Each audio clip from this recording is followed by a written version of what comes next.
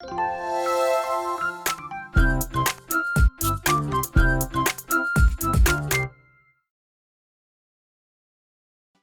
잠시 후 행복한 아침에서는 건강 구독 준비해놨는데 요즘 이른 더위에 기력 없다는 분들 많이 계시더라고요. 네, 저도 그렇습니다. 그런데 이 시기에 기력 보충을 잘 해둬야 남은 한 해 건강을 잘 유지할 수 있다고 하니까요. 오늘 기력 보충법 끝까지 함께해 주시기 바랍니다. 자, 저희는 광고 후에 다시 돌아올게요.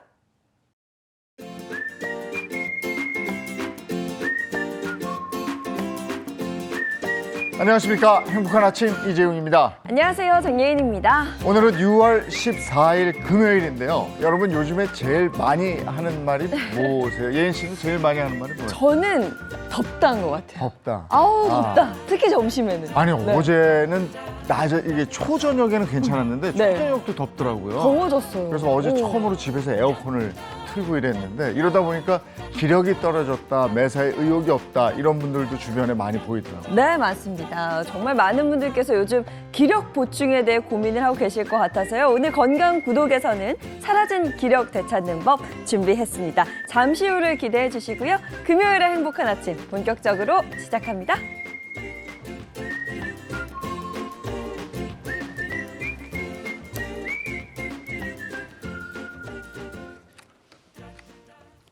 네, 화제 이슈를 발빠르게 전해드리는 모닝 브리핑부터 시작하겠습니다. 조현정 시사평론가와 함께합니다. 어서 오세요. 네, 안녕하세요. 네, 첫 번째 이슈부터 전해주시죠.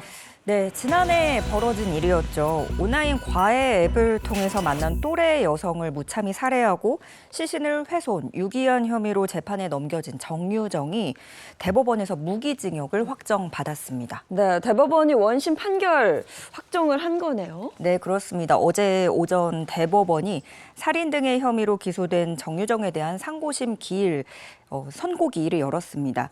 먼저 이 사건 내용을 좀 되짚어 보면요. 정유정은 지난해 5월에 과외 앱을 통해서 알게 된 또래 여성 A씨에게 학부모인 척 접근한 다음에 수업을 받을 중학생인 것처럼 속여서 피해자의 집을 방문하게 됩니다. 그런 다음 가방에 넣어갔던 흉기로 A씨를 수차례 찔렀고 범행 직후 시신을 낙동강변에 유기했습니다. 그렇지만 혈흔이 묻은 여행 가방을 버리는 걸 수상하게 여긴 택시기사가 경찰에 신고를 하면서 범행이 발각됐는데요. 검찰은 정유정이 자신의 불우한 성장 과정을 사회 탓으로 돌리면서 분풀이하고 싶다는 생각에 범행을 저지른 것으로 파악했습니다. 이후에 열린 1심과 2심 모두 정 씨에게 무기징역과 위치추적 전자장치 부착 명령 30년을 선고했는데요. 특히 2심 재판부는 범죄의 잔혹성이 다른 범죄에 비해 매우 크다. 개선이나 교화 가능성이 없다고 판단돼 영구히 격리해 재범을 방지하겠다라면서 무기징역을 선고했고요. 대법원도 이를 그대로 받아들인 겁니다. 정 씨는 3심까지 진행이 되는 동안 반성문을 많이 쓴 것으로 알려져 있는데 그게 네. 필요가 없었던 모양이죠? 소용이 없었던 모양이죠? 네, 그렇습니다. 1심부터 대법에 이르는 기간 동안 반성문을 60여 차례 써서 냈다고 해요. 정유정은 2심에서도 무기징역을 선고받자 형량이 너무 과도하다라면서 불복을 했는데 대법원은 상고를 기각하면서 이 피고인의 연령, 성행, 환경, 범행의 동기 등 여러 사정을 살펴보면 원심이 무기징역을 선고한 게 심히 부당하다고 할 수 없다라면서 양형 이유를 밝혔습니다. 1심 이후에 정 씨가 가족들과 만나서 성의를 보이려면 억지로라도 반성문을 좀 써야 되겠다 이런 얘기를 했다고 그러는데. 네. 자, 다음 이슈 전해주시죠. 네, 가상화폐 테라 루나 붕괴 사태와 관련해서 이 발행사인 테라폼랩스와 권도영 씨가 미국 당국에 약 6조 원 규모의 벌금과 환수금을 내기로 합의했다는 소식입니다. 네, 그런데 최종 합의 액수는요. 애초 책정한 규모보다는 좀 적은 액수라고요. 네, 이게 당초에 미국 증권거래위원회 SEC가 지난 2021년에 권도형과 테라폼랩스를 상대로 이 투자자들을 속여서 거액의 투자 손실을 입혔다면서 민사소송을 제기를 했었습니다. 그러니까 이거는 형사재판과는 또 별도로 민사가 진행이 된 거죠. 그래서 직접 출석 의무는 없어서 권도형 없이 진행이 됐습니다. 배심원 판결 후에 권도형에게 부과됐던 금액은 52억 6천만 달러. 우리 돈으로 하면 7조 원 넘는 금액이에요. 여기에는 불법 이익 환수금, 또 민사상 벌금 등이 포함이 돼 있는 건데 지금 6조, 7조 이 금액 자체로 사기 규모가 정말 대단했구나 하는 대목이라고 할 수 있겠고요. 그런데 또 올해 초에는 테라폼랩스가 파산 보호를 신청해 놓은 상황이라고 하네요. 그래서 실제로 얼마나 이 납부될 수 있을지 이건 미지수라고 합니다. 네. 현재 권도영 씨가 몬테네그로에 구금된 상태인 거죠? 네, 도피 행각을 계속 벌이다가 지난해 3월에 몬테네그로에서 여권 위조 혐의로 체포가 됐고 그 이후에 계속 현지에서 구금이 됐습니다. 앞서 미국 뉴욕 검찰이 지난해 몬테네그로에서 권도영이 체포가 되자 증권 사기, 통신망을 이용한 사기, 상품 사기, 시세 조종 공모 등 8개 혐의로 재판에 넘긴 상태인데요. 그런데 지금 한국에서도 기소가 된 상태고 양국 모두가 범죄인 인도 요청을 하고 있어요. 그래서 이 신병이 어디로 인도될지는 아직 결정이 되지 않았는데 우리나라에서는 또 여론이 이렇습니다. 한국으로 오지 마라. 미국에서 처벌받아라. 네. 그런데 그 자체가 좀 우리나라 경제사범에 대한 이 처벌이 너무나 약하다, 미온적이다 이런 걸 보여주는 대목이기도 합니다. 권도영 씨는 한국에 와서 받고 싶은 거고, 그죠? 지금 말씀하신 대로 우리나라는 사기에 대해서, 특히 금융 사기에 대해서 무지 관대하니까 여기 와서 형 덜 받으려고. 네. 미국 가면 100년 이상 받을 네. 것 같은데. 네, 여러분 어디서 재판받는 게 좋으실 것 같습니까? 다음 이슈 전해 주시죠. 네. 혹시 슈링크플레이션이라고 들어보셨을까요? 요즘 들어서 특히 많이 나오는 말이기도 하고 그런데 요즘에 이게 무슨 플레이션 이런 게 너무 많아요. 이 슈링크플레이션은 슈링크플레이션 합친말, 인플레이션, 쪼그라드는 인플레이션이다 하는 건데요. 그러니까 정말 쉽게는 아이스크림이 어딘가 뭔가 콘이 작아졌다. 이 빵이 원래 이렇게 내 손바닥보다 작았나 하는 그런 상태를 말합니다. 기업이 가격을 올리는 건 좀 소비자들이 떠날까 봐 부담이 되니까 소비자 몰래 용량을 줄여버리는 그렇게 해서 결과적으로는 값을 올리는 그런 걸 말하는데요. 지난해부터 이런 꼼수 인상에 나선 제품이 30여 개에 달하는 것으로 나타났습니다. 아니 어쩐지 늘 먹던 과자인데 어느 순간부터 좀 양이 좀 줄었거나 크기가 좀 작아졌다 이런 생각을 했었거든요. 네. 근데 이게 실제로 그랬다는 거고 소비자 몰래 용량이나 크기를 좀 줄였다는 거네요. 네, 저는 제가 항상 그냥 배가 고프는 사람인 줄 알았어요. 그런데 실제로 보니까 한국소비자원이 어제 발표한 올해 1분기 슈링크플레이션 상품 실태 조사에 따르면요. 지난해 이후 가격 대비 용량이 줄어든 상품은 총 33개였습니다. 이 소비자원은 자율협약을 맺은 백화점, 대형마트, 온라인몰 등 8개사가 제출한 상품 정보와 가격 정보 종합 포털 사이트 참가격의 가격조사 데이터, 또 슈링크플레이션 신고센터, 신고상품 등을 모니터링을 한 건데요. 이번에 적발된 상품이 33개의 상품인데 적게는 5.3%, 많게는 27.3%가량 용량이 줄어든 것으로 파악이 됐습니다. 네. 27%면 그냥 버전을 따르게 해서 팔아야 될 정도인데 이에 소비자원은 용량 변경 정보를 참가격에 공표하고 자사 홈페이지 또는 쇼핑몰 등에 고객들이 알 수 있도록 표시를 하도록 권고했습니다. 다이어트는 우리가 알아서 할 텐데 그걸 제품 다이어트인가요? 예, 억지로 다이어트를 시키니까 이렇게 꼼수 인상하면 소비자 불신, 불만이 높아지는 거 아니겠어요? 네. 자, 다음 이슈 전해 주시죠. 네, 음주운전으로 오토바이 배달원을 치어 숨지게 한 유명 DJ가 있습니다. B 씨인데요. 그의 변호인은 재판부에 자신이 국위 선양을 해왔다라면서 선처를 구했지만 징역 15년이 구형됐습니다. 한 여성 BJ는 결혼한 남성과의 부적절한 관계가 폭로되자 상관한 게 무슨 죄냐, 죄는 아니다. 라는 발언으로 문매를 맞고 있습니다. 자, 그럼 가장 먼저 국위 선양을 했다며 선처를 호소한 DJ 사건 이거부터 좀 짚어볼까요? 네, 이 DJ B 씨는 지난 2월 3일 새벽 4시경 서울 강남구 논현동에서 만취 상태로 자신의 외제차를 몰고 가다가 앞서 주행하던 오토바이를 뒤에서 들이받고 배달기사인 50대 남성을 숨지게 한 혐의를 받고 있습니다. 경찰 조사 결과 B 씨는 사고 발생 전 또 다른 교통사고를 내고 도주를 하다가 이런 사망사고를 낸 것으로 조사가 됐고 네. 그 당시에 혈중 알코올 농도는 면허 취소 수준이었던 것으로 나타났습니다. 그 사건 당시에 왜 사고 현장에서 반려견 끌어안고 그러고 있지 네. 않았어요? 맞습니다. 사실 음주운전 사고는 많은데 그 사연으로 더 많이 기억을 네. 하실 것 같아요. 사고 후에 이 내려선 피해자 구호 조치를 한다거나 이렇게 대응을 하진 않고 자신의 강아지만 안고 있어서 공분을 샀었는데요. 당시에 한 목격자에 따르면 그 강아지를 건네달라는 경찰관 요청에도 심한 욕설을 하고 몸부림을 쳤다라고 전해지는데 결국에 음주 측정 요구에도 불응하다 현행범으로 체포가 됐습니다.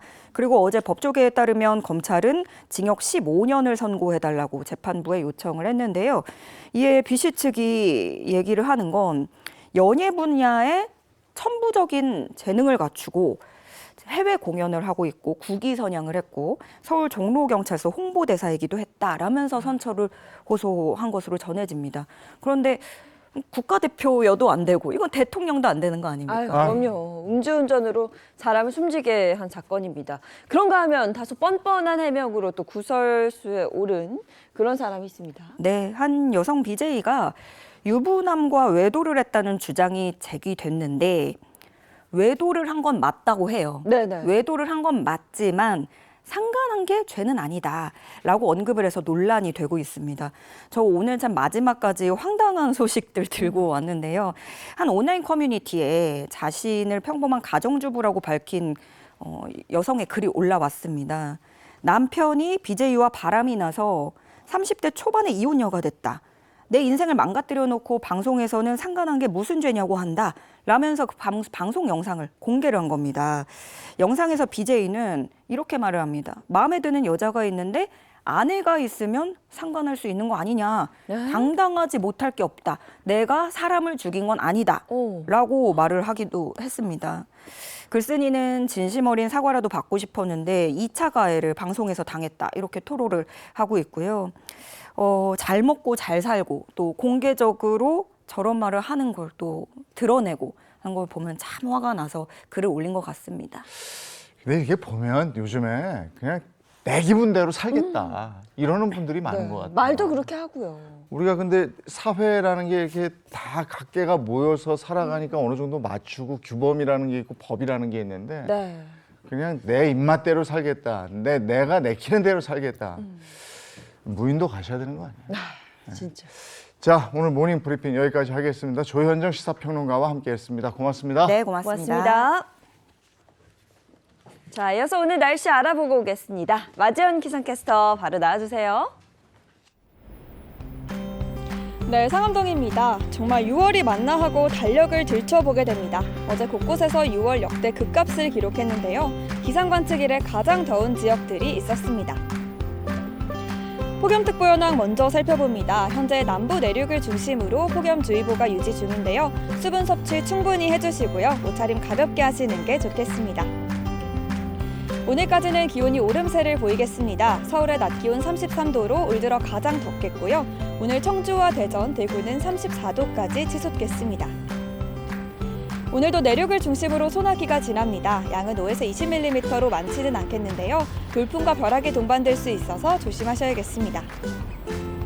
내일 나가실 때는 우산 하나씩 지참하셔야겠습니다. 전국에 비나 소나기가 오면서 기온이 반짝 내려갈 텐데요. 내일 서울의 낮 기온은 27도로 하루 만에 6도나 떨어지겠습니다. 네, 내일은 무더위가 일시적으로 식겠습니다. 폭염특보도 차차 해제될 걸로 보이는데요. 일요일부터 다시 기온이 올라서 다음 주 내내 무더위가 이어집니다. 날씨였습니다.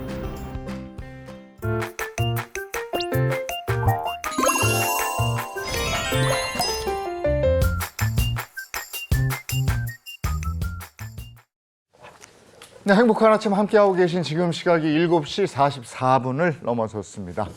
이번에는 건강 함께 챙겨보죠. 건강 구독 준비되어 있습니다. 네, 오늘은 어떤 건강 궁금증 해결해 주실지 또 궁금해지는데요. 가장 먼저 든든한 주치의 선생님들부터 소개해 드리겠습니다. 김대환 혈관외과 전문의, 권유경 가정의학과 전문의, 서동주 흉부외과 전문의입니다. 안녕하세요. 안녕하세요. 네, 그리고 최윤한 식품생명공학 박사. 또 오랜만에 만나니까 더 반가운 것 같아요. 한동아 한방내과 전문의도 함께합니다. 어서 오세요. 네, 안녕하세요. 반갑습니다. 네. 네. 6월 지금 뭐 6월 중순을 향해 가고 있습니다만은 너무 덥습니다. 근데 이렇게 일찍 더웠나 싶은데 6월이 여름 같아요. 아니 무슨 6월에요? 지난달 5월. 5월도 5월도 더웠어요. 많이 더웠습니다. 맞아요. 안 그래요? 그게 일교차가 이렇게 굉장히 크게 느껴져서 낮에는 너무 덥고 아침이나 저녁은 또 좀 춥고 야, 이 날씨 진짜 알 수가 없어요. 네, 아유, 어디 그뿐인가요? 날 더우면 이제 입맛이 뚝 떨어집니다. 그러면서 뭔가 좀 덜 먹게 되고, 덥다고 밖에 또 안 나가게 되고, 운동도 안 하게 되고, 그러다 보면 건강이 점점 좀 안 좋아지는 것 같아요. 아니 근데 진짜 6월이 여름은 여름인데 너무 일찍 무더운 여름이 찾아온 느낌인데 네. 우리 조상들도 옛날에 하도 더우니까 그 더위에 기력 회복하려고 초복, 중복, 말복 이렇게 정해서 보양식도 먹고 뭐 이랬잖아요. 네네, 맞습니다. 근데 초복 이번에 보니까 초복이 언제더라? 초복이 언제야? 7월 15일이에요. 그 아직 좀 멀었잖아요. 원래 그 초복이라는 게 본격적인 더위가 시작되는 시기라고 하는데 벌써 전 시작됐다고 느끼거든요. 그렇죠. 땡겨야 되는 거 아니에요? 근데 초복이 7월 15일이면 와, 이것도 걱정돼요. 그래서 우리가 이게 복다리 음식 같은 경우 몸에 이렇게 딱 기를 주려고 먹는데 지금 몸의 느낌상으로는 요즘 먹어야 될 것 같은 그런 생각 많이 듭니다. 힘이 없어요. 그럼 우리 주치의 선생님은 이렇게 기력 떨어질 때 어떻게 기력을 회복하세요? 방금 말씀을 좀 주시긴 했는데 저는 약간 그 이열치열파라 그 또 단백질을 좀 좋아하는데 이게 또 수육 이런 거 내리면 또 단백질이 좋지 않습니까? 그래서 좀 뜨끈한 좀 탕 그런 것들을 조금 해서 한번 보양을 좀 하는 편입니다. 저는. 권희 교수님은요?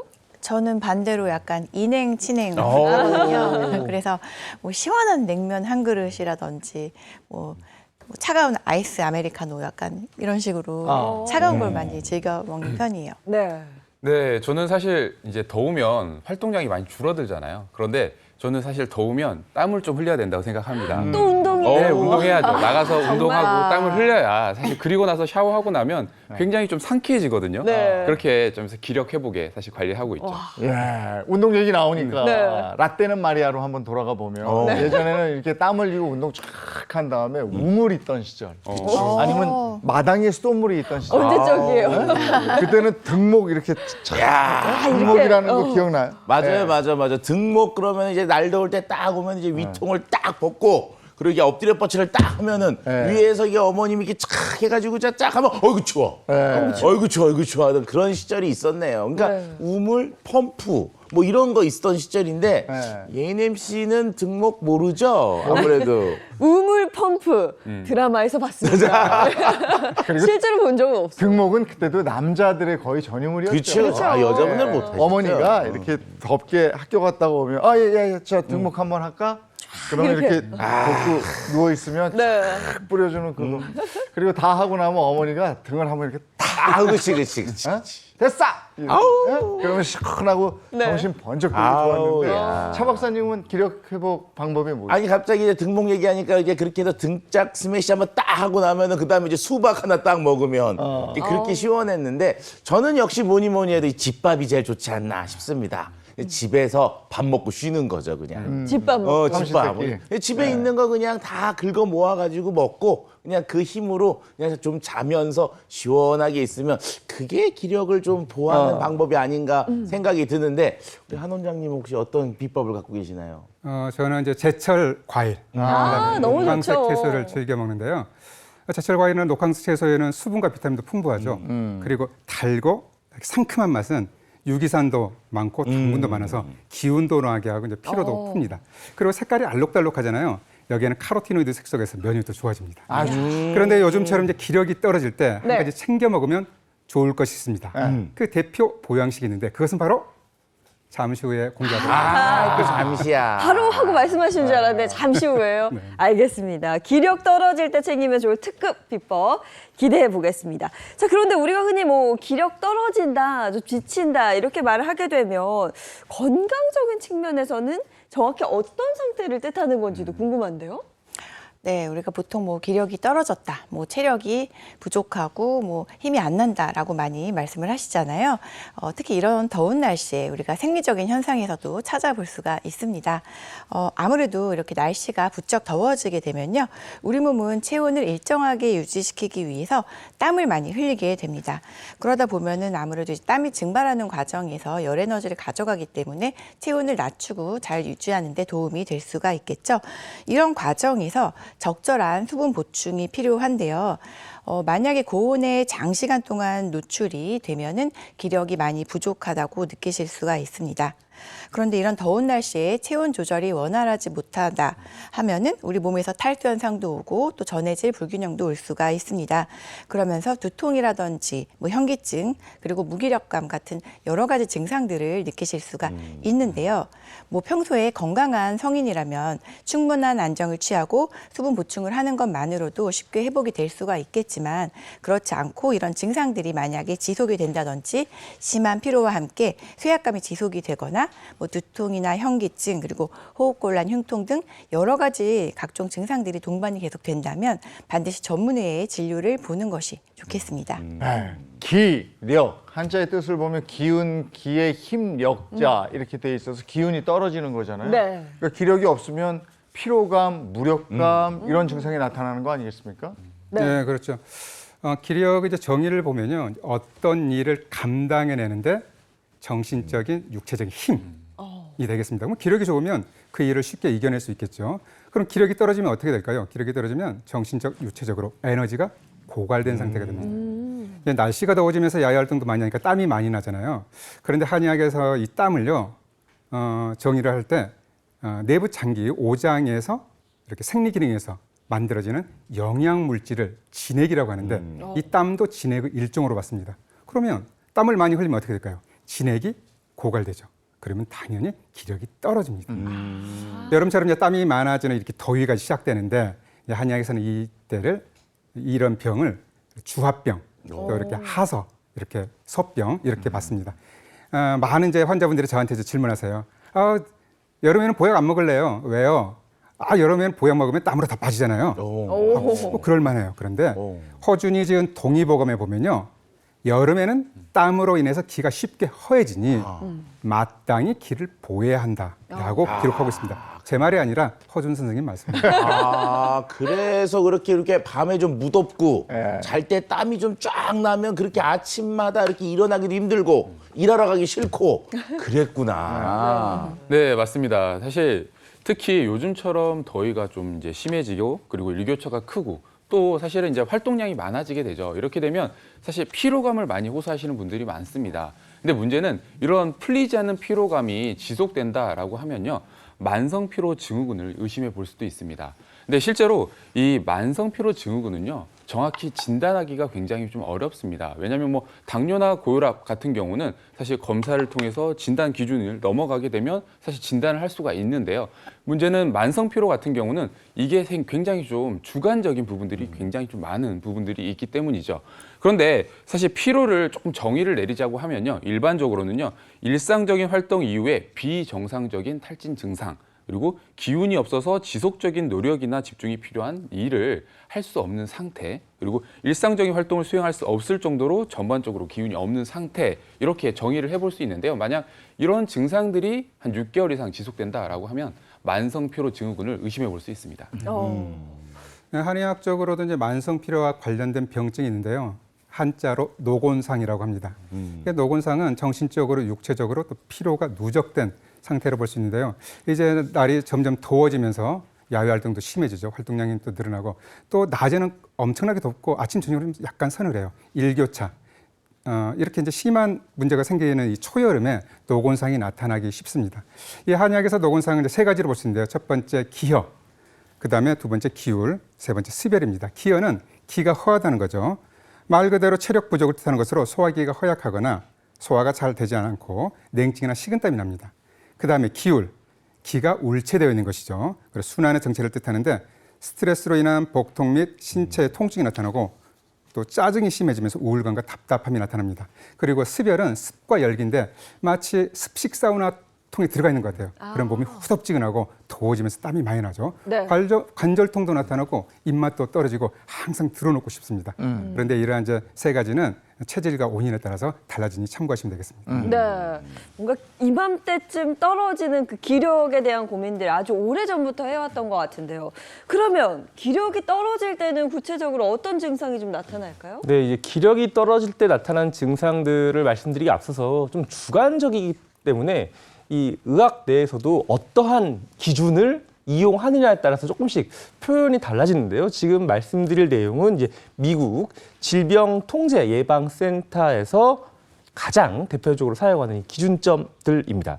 다음과 같은 그 정의를 저희가 하는데요. 우선 뭔가 기저질환, 그러니까 아프다든지 병과 지금 싸운다 이런 상태가 일단 아니어야 됩니다. 다른 설명할 수 없는 피로감이 일상생활에 지속을 6개월 이상 줄 때 의심을 한번 해봐야 된다. 그래서 휴식으로 증상이 호전되지 않고 이 만성적인 피로 때문에 이 직업 혹은 학업 그리고 사회나 개인 활동에 어느 정도 영향을 좀 줘서 실질적으로 내가 조금 움직임에 제한을 받는 상태, 이게 이제 가장 대표로 쓰이는 이 진단 기준 중에 하나입니다. 네.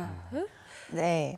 또한 앞서 언급된 피로 증상 이외에도요. 뭐 기억력이라든지 집중력의 장애, 그리고 인후통, 그리고 경부 혹은 애과부, 그러니까 겨드랑이 오목한 부분을 둘러싸고 있는 가슴 부위죠. 이 애과부의 림프선 압통, 그리고 근육통, 또 다발성 관절통, 새로운 두통, 또 잠을 자도 상쾌한 느낌이 없는 증상, 운동 혹은 힘들어 일을 하고 난 후에 나타나는 심한 권태감, 이런 증상들 가운데서요, 4가지 이상이 동시에 6개월 이상 지속이 되는 경우에는요, 만성피로 증후군을 의심해 보실 수 있습니다. 4가지 이상이라고 그러셨죠? 네. 다행이다. 3가지인가요?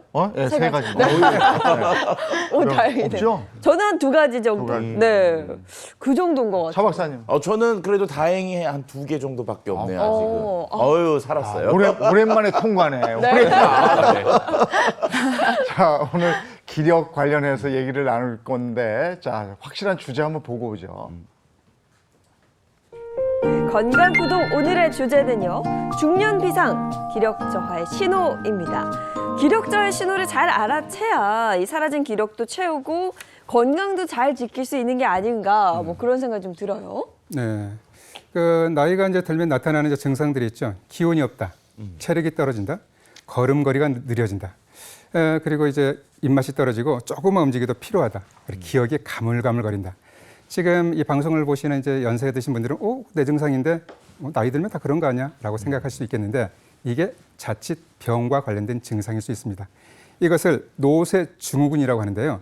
국내 통계는 없는데 미국 통계를 보면요, 65세 이상의 노인의 7%, 80세 이상의 40%가 노쇠 증후군에 관련된 환자라고 합니다. 이걸 명확하게 하셔야 될 게 이러한 증상으로 인해서 일상생활을 하지 못할 지경에 이르렀을 때 해당되는 겁니다. 네. 그런데 여성이 남성보다 많다는 통계가 있습니다. 노쇠 증후군까지 오면 뭐 기력이 현저하게 떨어질 수밖에 없는 건데, 노쇠 증후군, 이건 어떤 증상이 주로 나타납니까? 네, 그래서 제가 자가진단법을 좀 준비했는데요. 다음 같은 증상이 나타난다라고 하면 사실 노쇠 증후군은 의심해 볼 수 있습니다. 화면을 보시면서 같이 한번 체크를 한번 해볼까요? 첫 번째, 최근 6개월간 5kg 이상의 체중이 줄었다. 둘째, 팔다리를 만지면 물렁물렁할 정도로 근육량이 감소했다.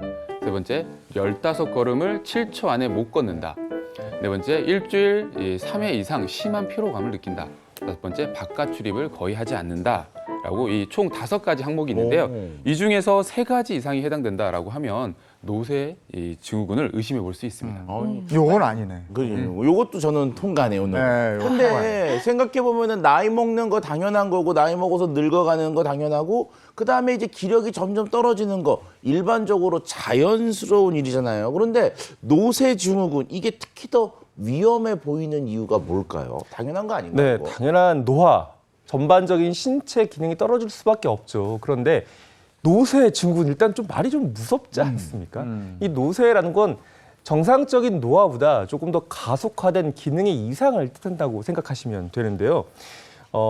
일상생활을 사는 그 건강한 성인 청년들을 100점, 왕성하게 활동한 걸 80점이라고 한다면 노화가 되면서 신진대사 그리고 각종 근골격계 그리고 내장이나 내분비계 질환 기능이 떨어지면서 조금 건강한 노년을 우리가 한 60점에서 80점 이 정도로 넣는다면 이 노쇠는 60점 이하, 즉 움직이기가 어렵고 움직이기 어렵기 때문에 근육량이 줄고 근육량이 줄기 때문에 누워있을 수밖에 없으면서 결과적으로 생명을 위협할 수밖에 없는 몸으로 점점점 안 좋아진다.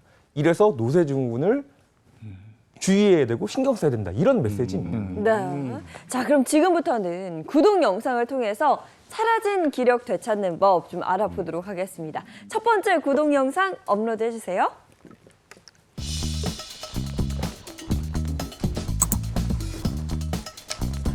기력을 되살릴 비법은 뭐가 있을까? 야, 일단 옷부터 벗는 거죠. 이제 뭔가 좀 하겠다는 가만히 있는 거죠. 부장한데요.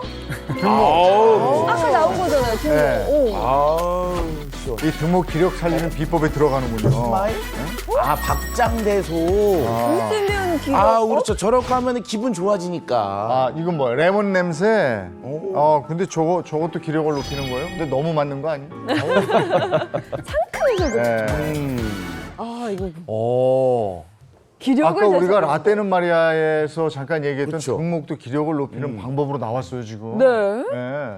레몬도 궁금합니다. 나왔고. 네, 우리 등목 유경험자이신 우리 재용 MC님 같은 경우에 등목을 하시면 이렇게 쾌감을, 좋은 기분을 느끼신다고 하신 적이 있었죠. 네. 네, 아무래도 이렇게 쾌감을 느끼시는 건요, 우리가 등목을 할 때 사용하는 물이요, 뭐 따뜻하거나 미지근한 온도가 아니라 아주 차가운 물을 보통 사용을 하잖아요. 네. 바로 이 차가운 물 때문이 아닐까 싶습니다.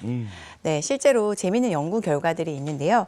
여러 연구 결과에 의하면요, 우리 몸이 차가운 환경에 노출이 되면요, 아드레날린과 도파민이 분비가 되면서 에너지와 집중력을 높여주고요. 또 기분이 좋은 게 만들어주기 때문에 이런 좋은 스트레스 자극을 준다고 합니다. 근데 요즘 젊은 세대가요, 이제 뭐 짧은 좀 자극적인 영상을 볼 때 도파민이 터진다. 그치. 뭐 이런 표현을 하곤 해서 저는 도파민 하면 그냥 기분이 좀 좋아지는 것? 이 정도만 생각을 했는데 이게 기력과도 연관이 있는 줄은 몰랐습니다. 네, 연관이 있습니다. 사실 요즘 현대인들은 도파민의 시대에 살고 있다라고 해도 과언이 아닌데요. 도파민은 이제 뇌 중추신경계에서 분비하는 신경 전달 물질 중에 하나죠. 그런데 보상을 추구하는 이렇게 동기부여의 핵심적인 역할을 합니다. 사실 도파민이 과하지 않는 상태에서는 우리에게 이제 성취감을 주고 즐거움을 주고 동기부여를 주는 거죠. 이게 어려운 말인데 여러분들 항상 집에 걸려 있는 명언이 있어요. 인내는 쓰나 열매는 달다. 이게 동기부여가 되는 거거든요. 이것만 참으면 된다. 이와 같은 연구 결과가 있는데요. 미국의 스탠포드 의과대학의 정신의학 중독의학 교수인 애나 랭키가 자신의 저서에서 디지털 마약으로 하루하루를 지탱하는, 유지하는 현대인들의 이 현실을 지적을 합니다. 그래서 여기에 대한 해결책을 제시했는데요. 그 중에 하나가 바로 고통과 마주하라. 고통에 마주하는 것입니다. 현대인들은요, 보통 이제 주위에 굉장히 많은 쾌락에 둘러싸여 있고 조금만의 고통이 들어오더라도 도망가려고 하는 경향성이 있습니다. 그래서 여기에서 핵심은 고통도 긍정적인 자극이 될 수 있다라는 것입니다. 그러니까 그 등목할 때 이게 아주 찬물을 등에다가 확 부으면 그게 이제 고통이 돼서 그래서 이 긍정적인 영향으로 미칠 수 있다. 이렇게 해석하면 되는 건가요? 네, 그렇죠. 이 찬물 샤워가 이 고통을 주면서 이게 긍정적인 자극을 줄 수 있는 사실 예시 중에 하나라고 볼 수 있습니다. 실제 이 실험을 해봤습니다. 소름 끼치게 차가운 물로 이렇게 샤워를 했을 때 초반에는 이것이 이게 통증으로 반응을 하게 됩니다. 그런데 오히려 샤워 후에는 이 모든 실험자들이 기분이 굉장히 좋아졌다고 하는데요. 실제 혈장의 도파민 농도를 측정을 해보니까 샤워 후에 250% 정도 증가했고 이게 샤워를 끝낸 후에도 한 1시간 정도 증가한 상태를 유지했다고 합니다. 근데 기력 높이자고 너무 찬물 썼다가 어르신의 경우에는 오히려 안 좋을 것 같아요. 맞아요. 맞습니다. 과유불급이죠. 적응이 안 된 상태에서 갑자기 이게 찬물 샤워 화끈하게 하시면 화끈하게 큰일 생기니까 절대 무리하시면 안 되고요. 적당하게, 실은 저도 찬물 샤워를 하고 있는데 평소대로 샤워를 하시다가 마무리쯤 살살 찬물로 한번 가보십시오. 처음에는 미온수도 괜찮고요. 그 다음에는 그냥 적당한 상온도 괜찮습니다. 그게 조금 익숙해지면 꽤 차가운 물에도 제가 직접 해보니까 한 2, 3주 내에도 1, 2분의 차가운 샤워가 충분히 가능하다고요. 여기서 재밌는 건 찬물 샤워가 이 노화를 방지를 하고 이 장수 유전자를 활성화시킨다는 또 재밌는 연구도 있습니다. 저는 진짜 막 펄펄 끓는 뜨거운 물에 샤워하는 거 좋아하거든요. 근데 지금 말씀 들어보니까 지금 바꿔야겠네요. 여름이기도 하니까. 자, 그리고 또 아까 나왔던 내용 중에 좀 많이 웃어야 한다. 그래서 막 박장대소하는 그런 영상이 나왔습니다. 이것도 좀 설명을 들어봐야 할 것 같아요. 네, 웃으면 기력이 좋아진다라고 하는 말도요, 어느 정도 일리가 있는 말입니다. 네, 사실 우리가 이제 웃게 되면요, 이 웃는 행위 자체로만으로도요, 스트레스 호르몬은 감소가 되고요, 그리고 우리 면역세포에서 우리 감염과 싸우는 항체라고 하죠. 이 항체는 증가된다. 그렇기 때문에 질병에 대한 면역력이 증가된다라고 볼 수가 있겠습니다. 그리고 우리가 웃다 보면요, 동맥은 이완이 되고 또 심박수는 빨라집니다. 그리고 혈압은 낮아지고요. 그래서 전체적으로 우리 몸의 혈액순환이 좋게 되면서 아무래도 산소와 영양분 공급이 온몸에 있는 세포로 원활해지겠죠. 그러다 보면 역시 온몸의 세포가 영향을 받아서 면역력 또한 높아진다고 볼 수 있겠습니다. 네, 이제 이와 관련된 연구가 있는데요. 이제 웨스턴 켄터키 대학에서 연구를 해봤는데 건강한 여성을 이제 두 그룹으로 나눠서 한 그룹은 코미디 프로그램을 보게 하고 한 그룹은 여행하는 프로그램을 보게 했습니다. 그런데 코미디 프로그램을 보면서 많이 웃은 그룹에서 감염균과 싸우는 세포로 알려진 NK 세포가 눈에 띄게 활성화된 것으로 나타났다고 합니다. 또 다른 연구에서는요, 하루에 10에서 15분 동안 웃으면 약 40kcal 이제 소모를 하는 거고, 이것은 에어로빅으로 5분 동안 운동하는 것과 맞먹는 운동량이라고 합니다. 중요한 것은 이렇게 가볍게 가짜 웃음으로 웃는 것도 도움이 되지만 이렇게 박장대소하는 것이 더 도움이 되니까 참고하시기 바랍니다. 야, 이렇게 결과적으로 이렇게 웃으면은 복이 오는 게 아니고 웃으면 건강이 오는 거잖아요. 같이 한번 웃죠. 어이 좋다. 네, 맞습니다. 실제로 이렇게 웃음을 계속 하다 보면 무의식적으로 스스로 이제 활력이 생기게 되겠죠. 그리고 건강한 정신을 형성하는 데도 도움을 줄 수가 있습니다. 네. 네, 웃을 때에서는요, 이게 뇌에서 사실 호르몬이 사실 분비가 되게 되는데요. 쾌감 호르몬이 엔돌핀과 이 도파민이 분비됨으로써 기분이 좋아지고 긍정적인 감정을 유발할 수 있게 되는 거죠.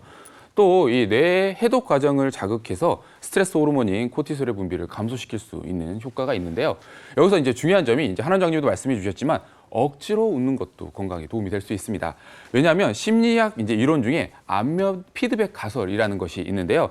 특정 표정을 지었을 때 그 표정에 관련된 이 정서가 유발된다라고 하는 거죠. 그러니까 웃으면 억지로 웃더라도 사실 우리는 긍정적 효과를 얻을 수 있다라는 것을 사실 알 수가 있는 거죠. 네. 이게 제가 하는 방법 중에 기분 나쁠 때 거울 보고 입이 이렇게 찢는 거예요. 진짜. 맞아요. 조커처럼. 입이 이렇게 찢어져 있으면은 이 내가 웃고 있구나 이렇게 착각할 수 있으니까. 그래요? 그리고 거울 보고 입 찢고 있으면요, 웃겨.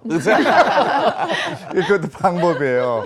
근데 그 기력 높이는 웃는 비법이 뭐가 있습니까? 아, 근데 우리 이재용 MC님께서 말씀하신 게 비법이라서 따로 그래요? 설명을 드릴 필요가 없습니다. 저는 개인적으로 이 볼펜, 연필 이거 하나 추천해 드립니다. 이거를 옆에 이렇게 물면요.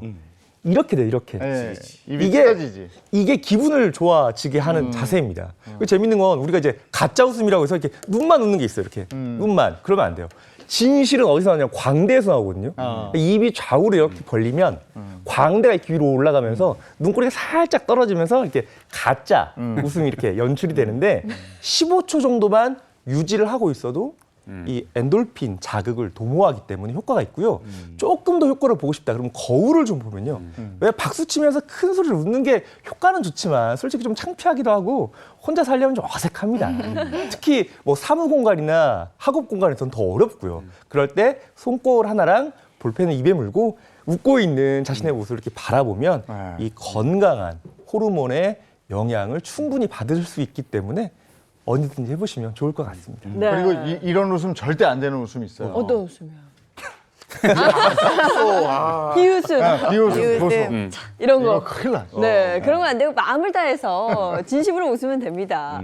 그 잘 웃는 사람 보면 웃상이라고 하잖아요. 그쵸. 제가 또 대표 웃상이에요. 네, 네, 웃는 맞아요. 건 자신 있는데 네. 많이 웃으면 기력을 보충할 수 있다니 더 많이 웃어야겠습니다. 그리고 레몬 냄새를 맡는 그 영상도 있었습니다. 아까. 그게 뭔지도 저는 좀 궁금한데 어떤 내용이에요? 네, 사실 이 레몬은요, 면역력을 올리는데 굉장히 도움을 주는 식품으로 많이들 알려져 있는데요. 레몬에는 비타민 C뿐만 아니라 이 플라보노이드 성분, 카로티노이드 같은 항산화 성분들이 매우 풍부한데요. 이 성분들이 체내 염증을 낮춰주는 역할을 하게 되면서 여러 사실 도움이 되는 부분들이 있습니다. 실제 한 연구에서 레몬 추출물을 세포에 투여했을 때 염증성 사이토카인이 감소하고요. 오히려 이제 항염증성 사이토카인이 증가했다는 결과를 또 보이기도 했죠. 네. 네.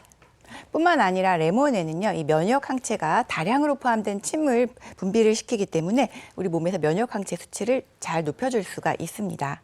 한 연구 결과에 따르면요, 이 매일 레몬 추출물을 섭취하게 한 동물은요, 대조군과 비교했을 때 비해서 안구주의 병변과 모발 노화 등 진행 속도가 감소되었다고 하고요, 수명 또한 약 3주 정도 증가했다고 합니다.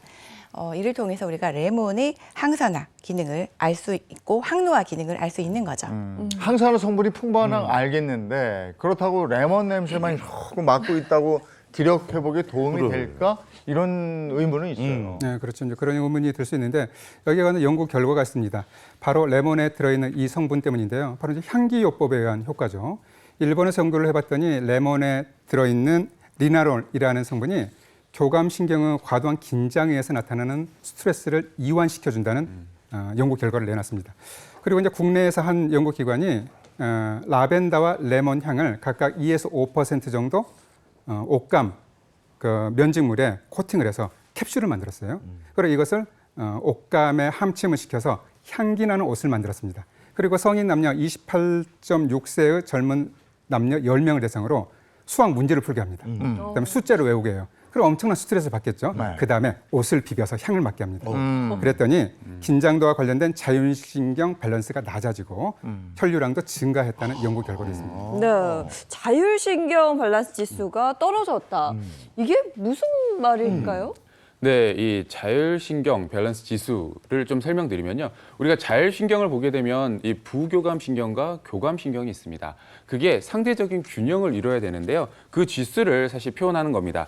우리가 교감신경과 이 부교감신경의 이 밸런스 지수가 커질수록 이 균형이 깨졌다라고 생각을 하시면 되고요. 이런 상황이 지속된다라고 하면 이 건강상, 여러 건강상의 문제를 야기할 위험이 높아질 수가 있는 건데요. 이때 라벤더 향과 레몬 향이 자율신경계의 이런 밸런스 지수와 이 피부 전도 수준을 낮춤으로써 힐링 효과를 일으킨 것이고 또 이 여러 가지 긍정적인 효과를 보였다는 것을 이제 표현하는 것이죠. 또한 해당 연구를 진행한 조 교수는요.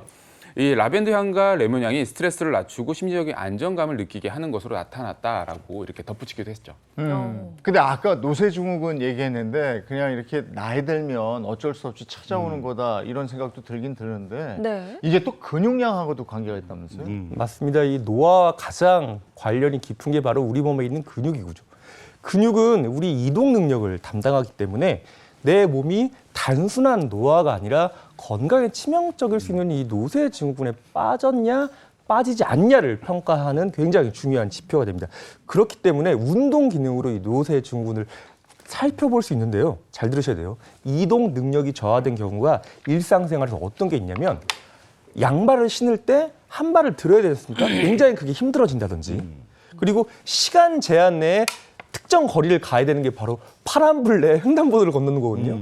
파란불이 짧게 느껴진다든지 그리고 확실히 나의 운동 능력이 떨어진다. 이때가 가장 이 노쇠 증후군을 의심하고 신경을 좀 써야 될 때입니다. 네. 아니 그런데 운동 능력 기능 떨어지는 거 참 나이 들면 그런 게 근육량은 내려가는데 체중은 오히려 올라가니까 이게 점점 몸을 움직이기가 힘들어지는 게 어떻게 보면은 나이가 되는 먹는 그런 내용인 것 같아요. 악순환입니다, 진짜. 네, 그렇습니다. 우리 몸은 노화가 되면은 근육량도 감소하고 기초대사량도 떨어지게 되면서 내가 이전하고 설사 똑같은 생활 습관을 갖고 있다고 하더라도 훨씬 더 살이 찌기 쉬운 체질로 변한다고 할 수가 있는데요. 특히 중년 여성들은 더욱더 실감을 하실 수 있을 겁니다. 비만율 같은 경우에요. 20대부터 50대까지는요. 여성이 남성보다 낮지만 60대 이후가 되면요. 여성은 60대의 42.7%로 남성보다 높은 수치를 기록하게 되는데요. 아무래도 이것은 완경 이후가 되면은 여성 호르몬이 급속히 감소하게 되면서 특히 중년 여성들 같은 경우는 아무래도 복부, 뭐 옆구리와 같은 이 센트럴 부위로 쉽게 살이 찌게 되기 때문이겠죠. 노화로 근육이 줄고 체중이 늘게 되면 기력은 떨어질 수밖에 없습니다. 그래서 우리가 운동을 좀 해야 되는데요. 더위도 운동으로 물리치신다는 우리 서동주 원장님. 네. 앞으로 모시고 한번 배워보도록 하겠습니다. 네, 오늘 운동은 네. 사실 이제 중년의 대표주자 저 최영일 씨랑 같이 하겠습니다. 중년의 대표 주자. 하자. 네, 건강하시잖아요. 네.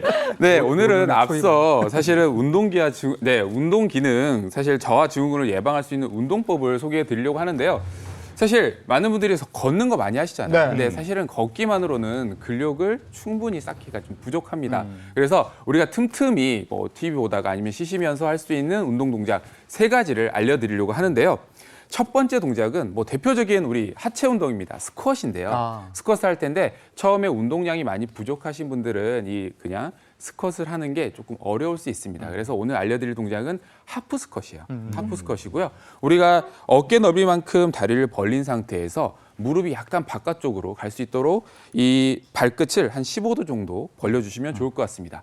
이 상태에서 앉아주실 건데요. 앉아주실 때 쭉 엉덩이를 쭉 허리를 세우고 고추 세우고 앉아준다라고 생각하시면 되고요. 이걸 너무 빠르게 앉지 마시고요. 5초에서 10초 정도 천천히 앉아주신 상태에서 한 엉덩이가 무릎 높이 정도까지 왔다라고 했을 때 여기서 그만 스톱하시고 다시 일어나시면 되고요. 일어날 때는 엉덩이에 꼭 힘을 주시고 일어나시면 좋을 것 같습니다. 이렇게 동작을 천천히 내려갔다가 네, 이 상태에서 다시 쭉 엉덩이 힘을 주면서 올라가시고요.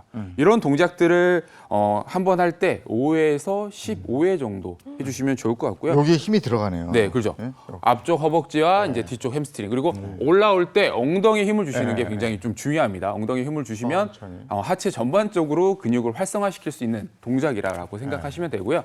이제 두 번째 동작이 좀 전에 김대환 원장님께서 아마 한쪽 다리로 양말 신는 거, 한쪽 다리로 서서 양말 신는 게 어렵다라고 하시는데 아마 그 동작이 쉬우신 분들이 그렇게 많지는 않으실 거예요. 그래서 이 동작을 해주시면 사실 그 동작이 굉장히 쉬워지시고 이게 한쪽 다리 들기를 한번 할 건데요.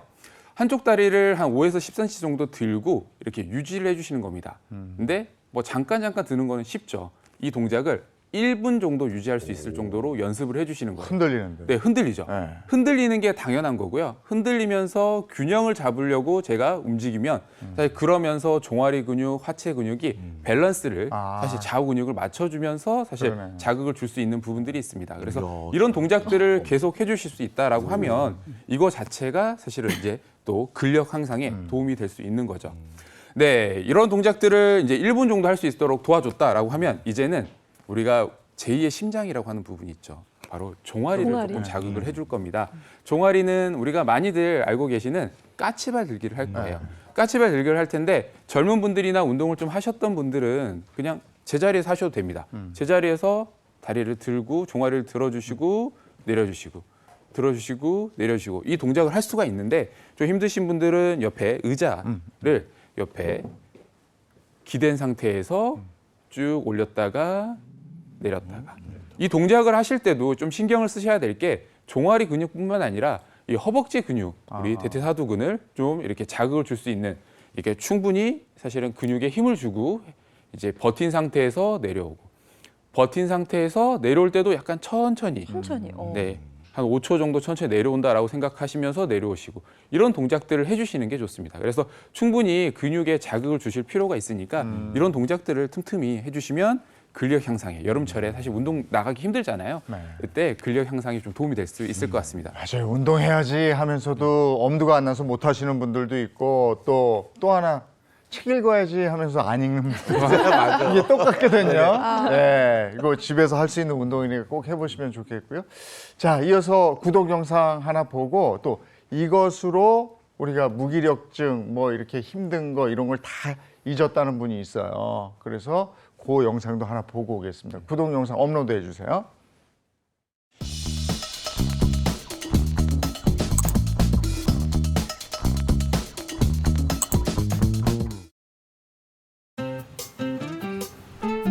아침 똑같은 일상으로 하루를 시작하는 김서연 씨.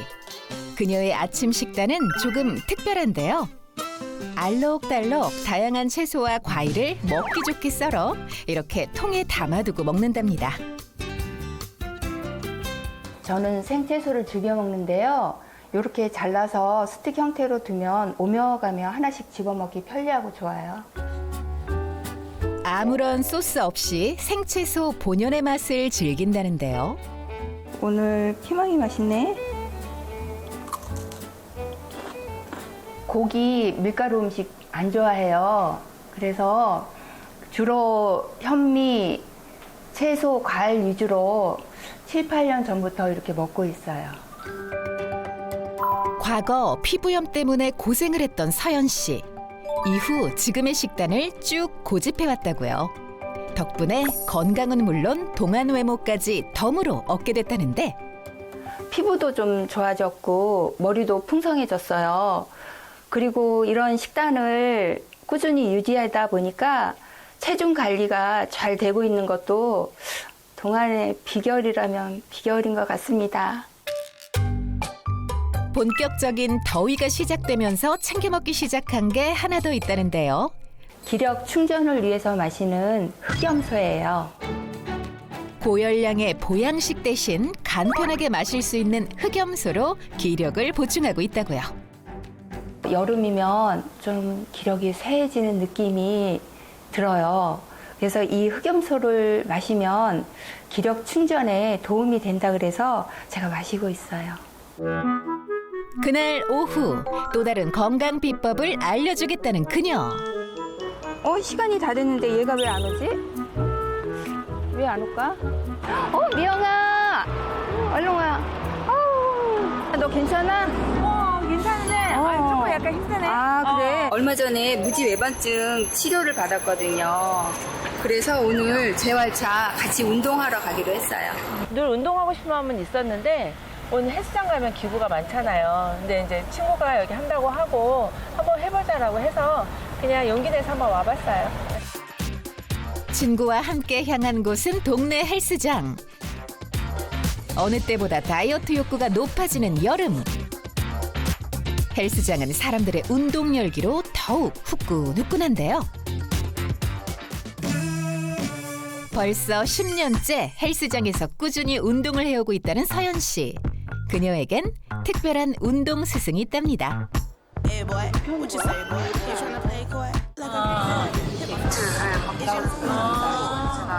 제가 혼자 10년 동안 운동을 했거든요. 근데 요즘은 이렇게 유튜브에서도 운동 강의가 많이 나와요. 하나, 둘, 셋. 평소 워너비 몸매를 가진 운동 고수들의 헬스 영상을 보며 기본기를 다져왔다는 서연 씨. 야, 대단하네. 오, 소연이. 오. 혼자 하게 되면 맞는지 안 맞는지 잘 모르거든요. 잘 못된 동작으로 할 경우 오히려 운동이 되지 않고 오히려 부상을 입을 수 있어요. 미영아, 나 따라하는 거 봐. 헬스 초보인 친구에게도 그간 쌓은 노하우를 아낌없이 전수합니다. 잘하네. 안녕하세요. 안녕하세요. 자주 오시네요, 요즘에. 네, 오늘은 우리 친구랑 같이 왔어요. 친구도 운동 좀 배우고 싶다 그래서. 여성들의 가장 큰 고민을 해결해준다는 이 운동법. 허벅지 옆으로 쭉 보내주세요. 그렇죠. 1번은 90도 만들어주시고, 자, 2번은 손을 이제 허벅지 옆으로 쭉 보내주세요. 네. 다시 3번은 이제 원위치로. 네, 이렇게 해주세요. 과연 어디에 도움되는 운동일까요? 네, 이게 너무 잘하시는데요. 삼두근이라고, 여름철에 이제 반팔티나 나시티를 입을 때 좀 더 자신 있게 이제 처지지 않는 살을 탄탄하게 처지는 살을 탄탄하게 해줄 수 있는 운동입니다. 그녀에게 나이는 숫자일 뿐. 환갑을 바라보는 나이지만 꾸준한 관리 덕분에 나이를 잊고 산 지 오래랍니다. 나이가 저 정도 되면 좀 친구들, 또래 친구들 보면은 좀 군살이 많이 쪘는데 저는 그렇게 되고 싶지 않아요. 그래서 열심히 운동하고 앞으로 더 나이가 먹어도 몸매가 변하지 않고 유지하고 싶습니다. 열심히 운동했으니 이제 배를 채울 차례. 건강식만 고집하는 서연 씨가 선택한 메뉴는 과연 뭘까요? 야, 이런 루프탑이 있다니. 서울 한복판에. 내가 널 위해서 이런 데를 찾아냈어. 와, 너무 예쁘다. 야, 너 저기 보여? 보여. 와. 그러니까. 경치 좋은 야외에서 즐기는 브런치 한상. 채소가 듬뿍 들어간 샐러드부터 파스타까지 오늘 분위기 제대로 내보는데요.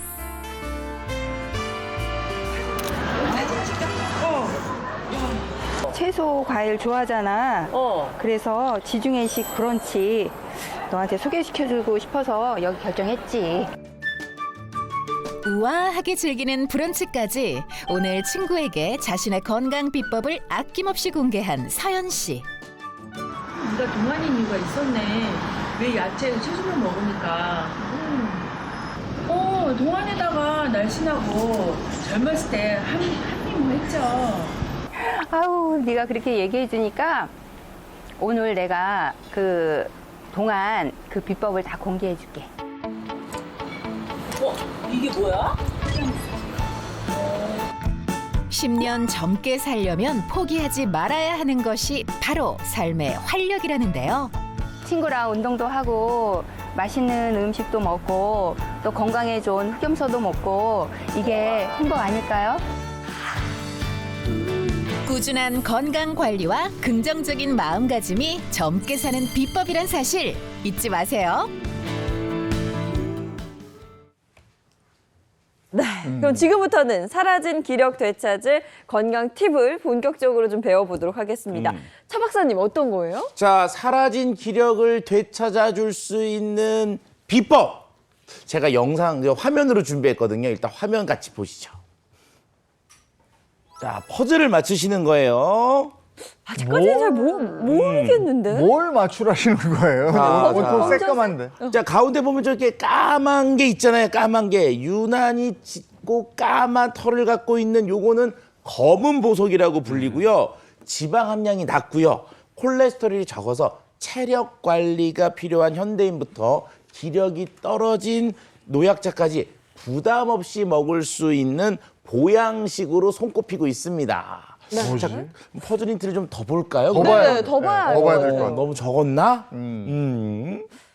자, 좀 더 열게요. 알겠다. 일단 그 뿔, 그리고 뾰족한 발톱, 검은 털, 대표 보양식. 흑염소 아닌가? 흑염소? 그렇죠. 딩동댕 이렇게 해야 되나요? 자, 사라진 기력을 되찾아줄 오늘의 건강 비법은 바로 우리나라 토종염소로 만든 흑염소 진액입니다. 자, 우리가 일반적으로 초식 동물은요, 부드러운 이 건초를 먹는 걸로 알려져 있는데 흑염소는 이 나무 껍질, 나무 뿌리, 그리고 솔잎같이 아주 거친 식물들도 잘 먹고 있는 강인한 생명력을 갖고 있는 특성이 있습니다. 그래서요, 40이 되기 전에 흑염소 3마리를 먹으면 그 이후에 잔병 치레를 하지 않는다라는 말이 나올 정도로 예로부터 약용동물로 사랑을 받아왔던 것이 바로 이 흑염소입니다. 네, 보양식 좀 챙겨 먹어야 되겠다 하면 딱 떠오르는 것 중에 하나가 바로 흑염소인데 네. 글쎄 예전에 보니까 출산하고 나면 꼭 이거 맞아요. 톡 가서 먹고 그러지 않았어요? 그렇죠. 우리가 일반적으로 보약, 흑염소 이러면은 일단 꼭 먹어야 되는 분들이 어디냐? 임산부. 이런 분들이 단백질과 철분이 풍부해서 좋고요. 그다음에 이제 회복기 환자, 그다음에 이제 성장기 어린이, 그리고 옛날에 많이 했던 허약 체질 이런 것들에 이제 흑염소가 좋은 식품으로 알려져 왔습니다. 자, 그런데 흑염소가 특히 여성에게 좋다라는 얘기들이 좀 있거든요. 네. 근데 이제 그 이유가 뭐냐 그러면 중년 이후 에스트로겐의 분비가 줄어들면서 여성분들에게 기력이 점점 없어지는 그런 증상을 느끼게 되는데, 근데 이 흑염소는요, 그 속에 아연, 칼륨, 무기질, 단백질, 영양소가 굉장히 풍부하게 들어있기 때문에 이때 중년 여성들이 먹게 되면 영양 보충이 되면서 기력이 회복이 되기 때문에 중년 여성들한테 가장 좋은 보양식 중에 하나로 이 흑염소가 얘기가 되어 왔던 거죠. 네. 근데 저는 하나 걱정이요. 이미 뭐 여름이고 옷도 많이 얇고 짧아졌거든요. 보양식 먹고 살찔까 봐. 그게 좀 걱정이에요.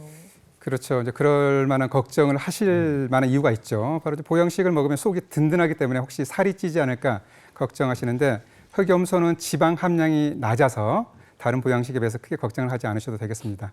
흑염소에는 특히 이제 고단백질, 그리고 고칼슘, 고철분, 고비타민의 사고, 그리고 저지방, 저콜레스테롤, 저칼로리의 삼저, 그래서 사고 삼저 식품으로 불려왔는데요.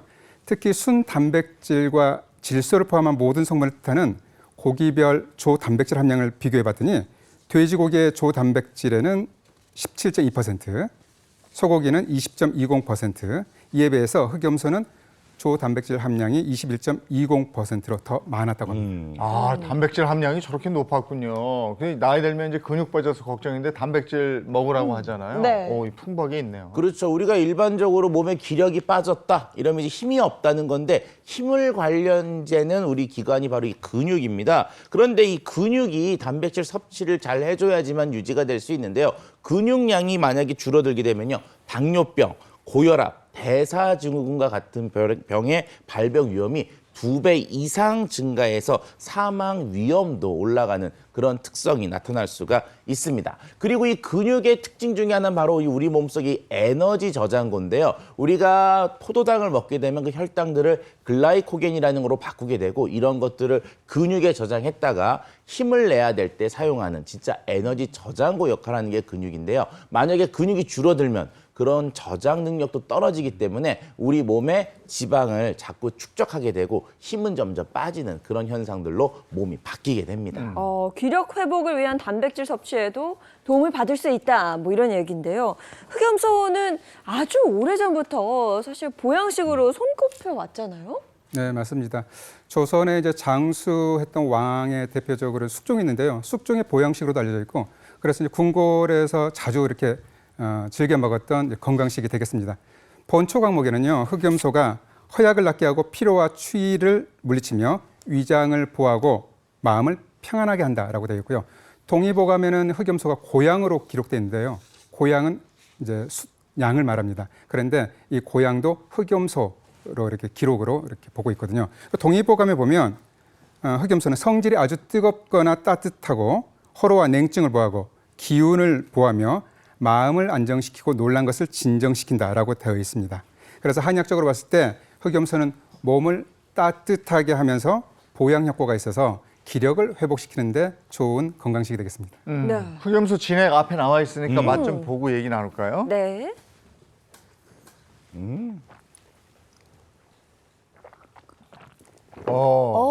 한약 맛이야. 한약 맛이요. 깊은 한약 맛.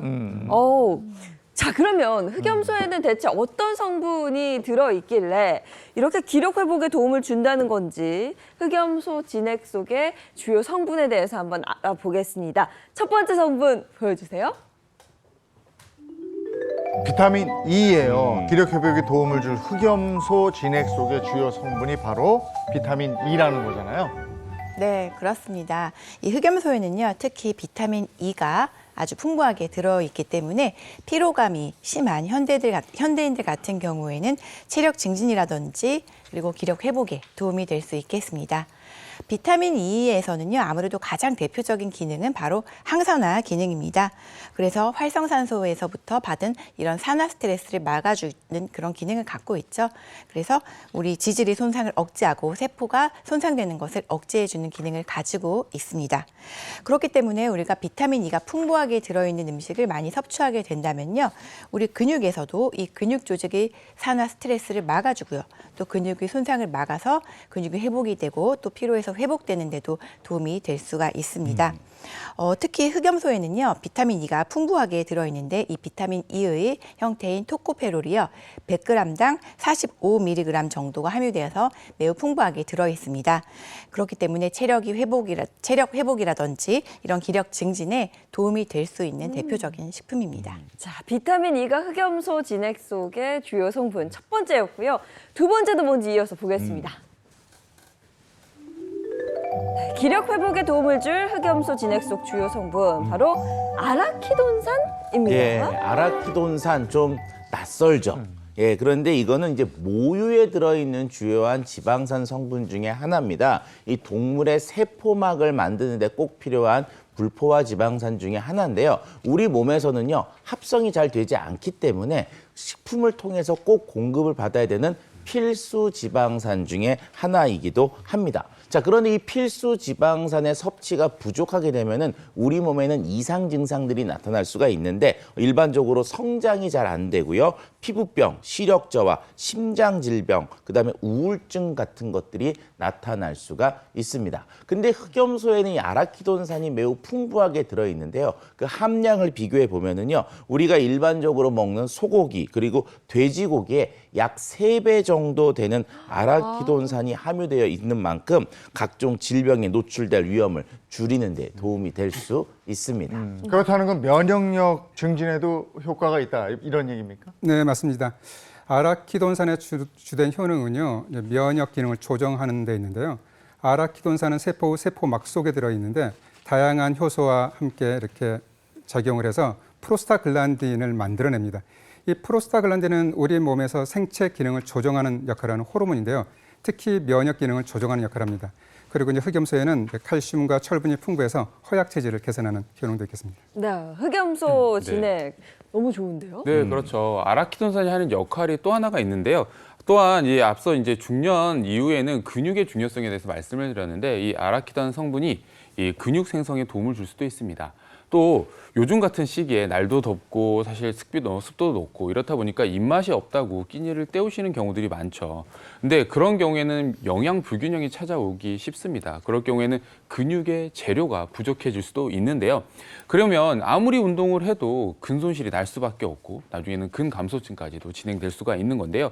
한 연구 자료에 따르면 이 아라키돈산이 골격근 세포 자극 및 단백질 용량을 늘려서 근육 형성에 도움을 주는 게 이제 사실은 확인이 되기도 했죠. 네, 흑염소 진액의 다양한 효능들 이게 다가 아닐 것 같습니다. 그렇죠. 우리가 이제 중년 이후가 되면은 여러 곳이 좀 문제가 있지만 특히 혈관 건강 참 문제가 되거든요. 특히 콜레스테롤 관리 굉장히 어렵습니다. 그런데 이 흑염소에는요, 혈관 청소부라고 불리는 올레산이 매우 풍부하게 들어있는데요. 이 올레산은요, 몸에 나쁜 콜레스테롤은 낮춰주고 몸에 좋은 콜레스테롤은 올려주는 그런 특성을 가지고 있습니다. 결과적으로 혈관을 정화하고요, 혈관 강화에 도움을 줄 수 있고요, 중성지방 수치를 낮추기 때문에 고지혈증 예방 관리에도 도움을 줄 수가 있습니다. 네, 또한 이 흑염소에 있는 다양한 아미노산 중에서요, 아르기닌이라는 성분이 있는데요. 이 아르기닌이라고 하는 성분은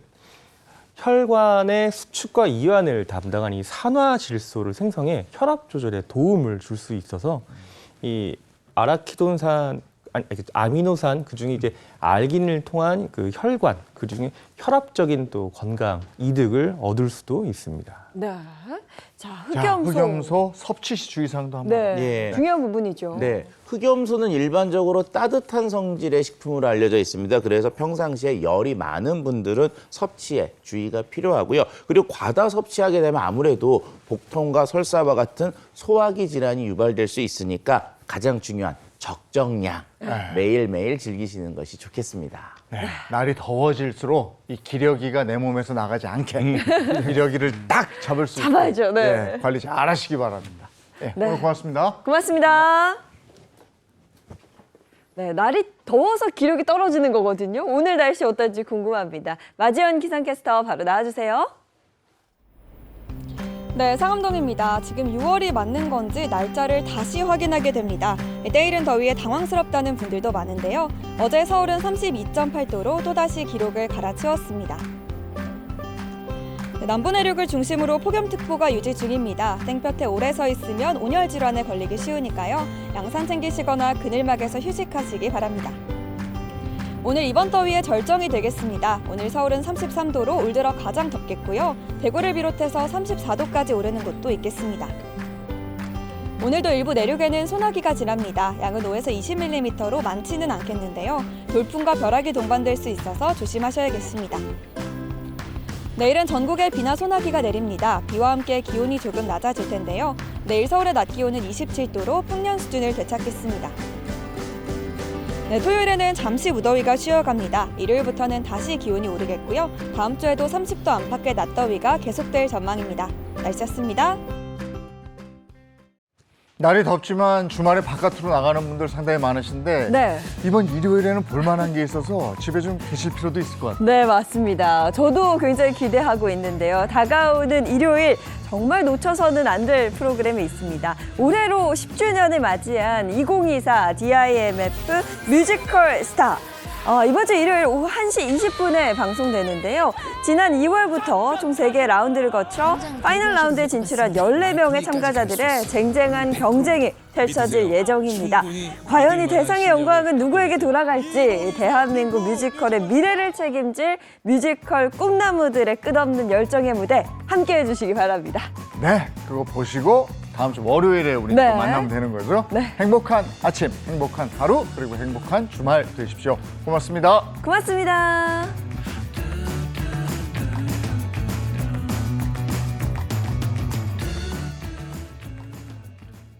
채널 A